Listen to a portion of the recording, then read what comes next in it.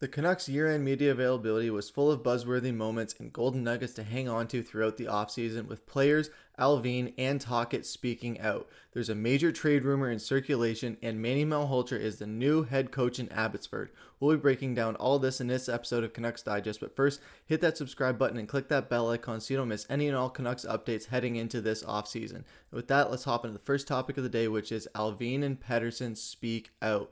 First one we heard from here is GM Patrik Allvin saying, "We've set the standards now. The players know that what the expectations are.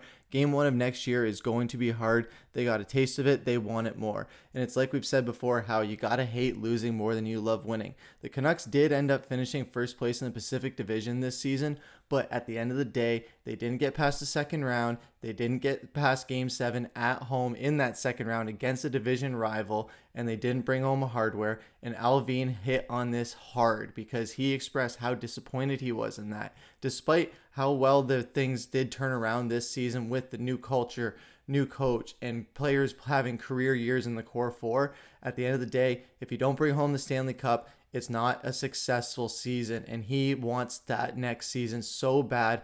And when talking about Pettersson, he did say the expectations come. I'm sure he wasn't pleased with his performance after the All-Star break. I think he's learned a lot and is hungry. His talent level is huge. That doesn't go away. And I think this type of belief is going to have Petey going into next season with a fire up under his butt and ready to perform even better than we saw him perform in this entire season. Yes, he didn't show up in the later half of the season and the playoffs when it mattered most, but he still had a great season, got that big contract extension. And I think with Allvin saying this, he's going to go into next season knowing that the pressure is on, and I think he's going to rise to that pressure. He knows what he has to do this offseason, and when talking on this season, he did say it will be nice to get away from everything. It's been a very noisy season in terms of contract and what he's been through the past few months, and the playoffs, it's been very difficult, and he did disclose that he was dealing with a significant knee injury that started in January and was difficult for him. It will require time to heal, but no surgery. Quinn Hughes as well said he did not have an injury beyond the bumps and bruises that all players deal with in the playoffs. And we saw that Quinn Hughes did take a beating throughout this playoffs. He was just getting roughed up left, right, and center. Mostly in that Nashville series, they were really aiming to neutralize him and not make him a threat. And I think that really weared on him as far as attrition went into the second round, where he wasn't as much of an offensive factor. And he even admitted that he wanted to get involved more, but there's just the opportunities weren't there for him. I think next season, again, he had a career year this year, and I think next year is only going to get even better. And then you had Rick Tocchet as well speaking on the PD injury, where we worked with the doctors and trainers and we felt we could keep him going. So no, we didn't feel like we had to shut him down when talking about whether they considered shutting him down the stretch. And it was a difficult decision, I would imagine, because he is your top player, but you don't want him to be a liability like we saw other players become in this postseason, where they were hurting the team more than they were helping the team, and now we're finding them in talks of not even being on the team next year. So I get not wanting to have him be that, but at the end of the day, it's still Elias Pettersson, it's still EP40, and he's going to get the job done when you want it to happen. Mind you, it didn't happen in this postseason, but I think heading into next season, they will have that confidence instilled in him, and he'll have that confidence in himself that now that they're in this stage again with the Canucks being back in the postseason, I think Pettersson rises to the occasion next season. And someone did point out on Twitter that it's interesting that on May 8th, Tocchet said that Pettersson wasn't injured, just sick. And today Elias says he had a nagging knee injury since January. But Farhan Ladji responds saying, "Truth is the first casualty of the playoffs, and you're absolutely right. You don't want to give your competitors any edge going into the postseason. So Pettersson keeping those cards close to the chest, as well as Tocchet and everyone else in the organization. Standard operating procedure as far as the late season dramatics and the postseason. You want to keep their strategy very close and not let the other team get an edge, because they might have been exploiting Pettersson. And even if he was injured, he was still throwing his body left, right, and center around the ice in that Edmonton series, seeing him lay hits that we've never really seen PD lay before. So it was really nice to see him get involved in a physical sense that way when he wasn't showing up offensively." But getting into the next topic of the day, we're getting to other quotes from the team. And first, we get into Quinn Hughes saying, "Vancouver's a special place to play due to the city, the passion, and that the people have here. in this group have accomplished this year, it's nothing short of fantastic. And Quinn Hughes being the leader of this team, that's what you want your leader to come out and say. Keep that belief going in the team and wanting to carry that momentum into next season. I think he's the right guy to be leading this team, along with the assistant captains of JT Miller and Elias Pettersson. We'll get to JT Miller in a second. But Quinn Hughes in this press conference showed that he is the leader of this team, and he's willing to take this team as far as they can go and hopefully going home with the Stanley Cup next season. But jumping into JT Miller, you have him saying, I love this team. I just love that we don't give up ever. It's a good sign. And we saw that at many points during this postseason and throughout the season in general, where Vancouver was getting down in games and they found a way to come back and win despite getting on the board early in most cases and finding themselves behind, especially except in the Edmonton series, but they were able to find a way to win, and that's how the NHL works. They don't ask how, they ask how many, and Vancouver was the embodiment of that. Now they just have to keep that going and get more convincing wins and not have to have those late comebacks later in the game where we're all stressed out and jumping on our couches sweating. And then when Miller talked about the Edmonton series, he just felt they were outworked by Edmonton on the power play and that their details were better. He knows the struggles on entries and lack of power play overall had a big impact on the playoffs, and they sucked the life out of the building.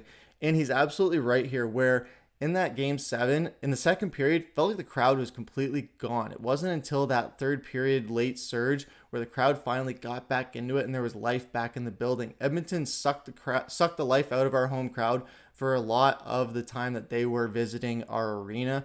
Hopefully next season we get that going again. Now we know what to address in the postseason, and JT Miller hit the nail on the head where special teams is one of those main 3 components. We've touched on it a lot, where goaltending, special teams, and depth are your keys to success in the postseason. The goaltending was there. Our depth was mostly there. We had a lot more guys scoring that weren't on the top lines, but you want to get more depth out of your team, and you want to score on the power play when we had more than enough chances to score on the power play, where we just could not get pucks in the net. And when looking in retrospect, those pucks in the net were the big difference makers in that Edmonton series where we unfortunately came up short. And with touching on JT Miller, it seems like he is the new embodiment of Ryan Kesler. You see here with the CanucksArmy.com, you killed the man, but not the idea. You got to love that from JT Miller, where he has been the undoubtable leader of this team next to Quinn Hughes. These guys have both been spearheading as like a two-headed monster of leadership for this team. It's been amazing to see, especially when they lose, how they take all the blame on themselves. And when they win, it's a team effort. You got to love the accountability. That's the sign of a true leader. And you got to love that heading into next season.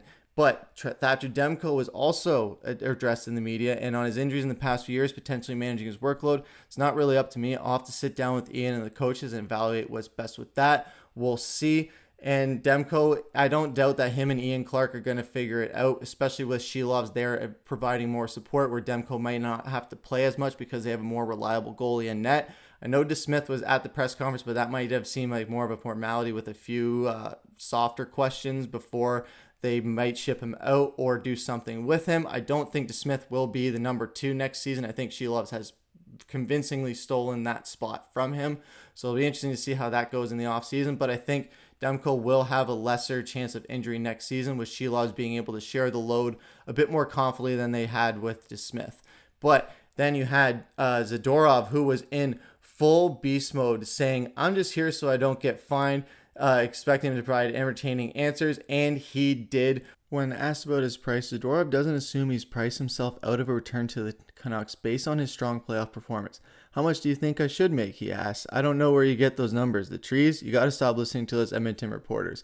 And he's absolutely right here, where they were asking some little softball questions, trying to poke the bear, and he wasn't giving him an inch, but he was still very honest in the way that Zadorov always is. You got to love how he can poke fun.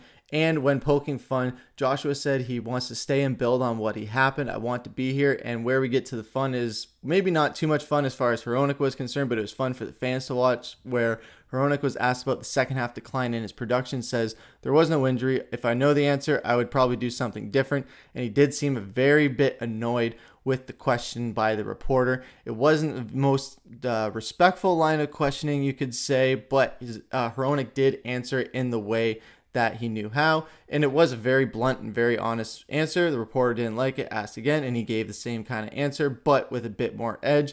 Gotta love that energy from him. Unfortunately, I don't know if he will be back. He might have signed his own death warrant there. Who knows? But that does get us into the third topic, which is Hronek for Necas. And we saw on the Donnie and Dolly podcast that I was also told this morning that the Canucks are very serious about Necas, says Dolly when talking about the Canucks' interest in Martin Necas. And when you look at Martin Necas, he is somebody that the Canucks could very much use. He had a very solid 2023-2024 season with 77 games played, 24 goals, 29 assists, and 53 points. He would be a very nice addition for Vancouver on a line where if they can't get Lindholm, at least you can maybe get Necas. In his entire career, he's got 97 goals, 146 assists for 243 points and a plus 20 rating. And in the playoffs as well this year, he had 11 games played. He had 4 goals, 5 assists, and 9 points, which is pretty solid for only having played in 2 series. It wasn't too crazy, but especially when looking at his career playoffs, he got 59 games, 11 goals, 19 assists, 30 points. It would be nice to see him fit into this Vancouver roster somehow, especially where you can have a bit more depth at the center position, where we saw maybe they were stretched a little bit too thin or didn't have necessary pieces at that center position where they could have had a bit stronger lines instead of having to try and mismatch the entire postseason around. Mainly in the Edmonton series, we're gonna harken on the Edmonton series a lot just because that's the one that knocked them out. But we will see more improvement, I believe, as a result of that, because that was really where they fell short and their weaknesses in the Nashville series were just exploited. So it's even more reason to shape them up for the next season. But it will be nice to see where you see here how the Canucks could trade for Martin Necas. Likely means Filip Hronek is going the other way. That would leave a hole at right-hand defenseman to be filled. And when looking at that right-hand defenders list, there are some pretty appealing names. Like you do have, like it says there, Chris Tanev. You have Tyson Barrie, Tyler Myers, who they could bring back to Vancouver. We saw the chemistry is good there. Andy is a BC boy. You have Zaitsev and some other ones if you want to pause it and take a look there. There are some very appealing names. Do I think that they'll get all of them or any of them? Who knows? It would be nice to see them go after a guy like Necas. Like I said, he would inject some scoring life into this team. And I know a lot of teams are going to be going after him, so you want to get on him early. I know free agency is going to be crazy, and for anything free agency, make sure to stay tuned to Canucks Digest. But with that, let's hop into the fourth topic of the day, which is Manny Malhotra as the new Abbotsford head coach. We saw here that they did announce it. The ex-Canuck makes his return to Vancouver as the Abbotsford head coach. It's going to see him develop some nice talent for Vancouver, where we saw them in the playoffs use a lot of AHL talent where they did show up in certain games in certain moments. We saw that Linus Karlsson had some flashy moments, as well as Niels Ahmann being efficient as far as protecting the puck. And we can see Jonathan Lekkerimäki make an appearance in the postseason next year as well, potentially, or just on the roster. You have Podkolzin, Baines, and some other pieces that Malhotra will be able to work with. And when you see here, he's had a long and illustrious career. For Vancouver, he didn't have his greatest seasons, maybe. He did have some pretty solid ones with that 30-point season out of his 3 seasons, but he's had such a long career where the numbers and the decades played speak for itself, where what more could you want? Where this Vancouver roster, as far as coaching staff goes, with AHL and NHL, they're just going with their alumni and building a Vancouver Canucks culture through and throughout. And I can't wait to see where it goes from here as far as where this culture expands and where the limits of this team can go. I think the sky's the limit as far as going into next season, especially if we add a few pieces, if we shore up a few things. I think we can go on an even deeper playoff run, and who knows, maybe we hoist the Stanley Cup. It would be awesome to see them bring a cup back to Vancouver and be the first Canadian team to win the cup since 1993. I know we've been waiting for it to happen for a long time, and I think it'll be the year that it finally happens. I can't be quoted on that exactly, but I think it could be a great chance. But with that, let's hop into comment of the day, everyone's favorite topic. And we see how the Canucks need to get faster and bigger, as said by the Big Picture 2032. They were punished by the Oilers, and I couldn't agree more here. They were punished through in and throughout because they weren't fast on the puck. We saw many opportunities where the puck was bounced out to open ice for an open chance at a goal, and Vancouver wasn't fast enough to jump on it because they were playing too tight to be too defensively and try and stranglehold on Edmonton. But as a result of that, whenever a puck was kicked out, they weren't able to jump on it like Edmonton was able to. So if they're able to get some more speed and get on those opportunities, I think it'll lead to more goals scored in the postseason.